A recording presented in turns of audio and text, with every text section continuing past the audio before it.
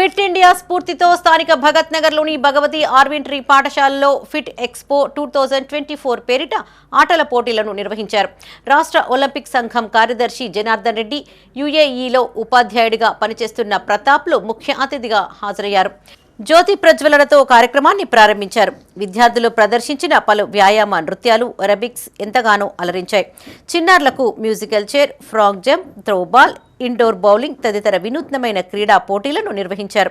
విద్యార్థులు తరగతి గదులకే పరిమితం కాకుండా వినూత్న ఆలోచనలకు పదును పెట్టేలా తయారు కావాలని చైర్మన్ రమణారావు అన్నారు.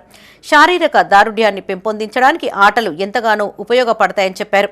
ప్రతి ఒక్కరూ శారీరక శ్రమ కలిగి ఉన్నప్పుడే ఆరోగ్యాన్ని కాపాడుకోగలుగుతారని గసిరెడ్డి జనార్దన్ రెడ్డి అన్నారు.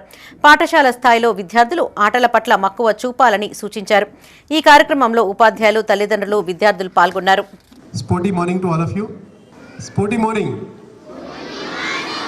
Are you tired? Getting tired? Okay. Yeah, we should eat. We should get tired. Again, we should refresh ourselves.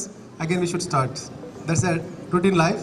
The respected chief guest, Mr. Gasireddy Janardhan Reddy, who is very close to me in all means.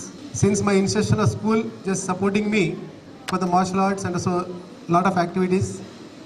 Today is a chief guest and all my beloved children and very young children. Today they are guests because they are not in a list of this one, but with the sheer interest they have come and also performed a small activity for all of us.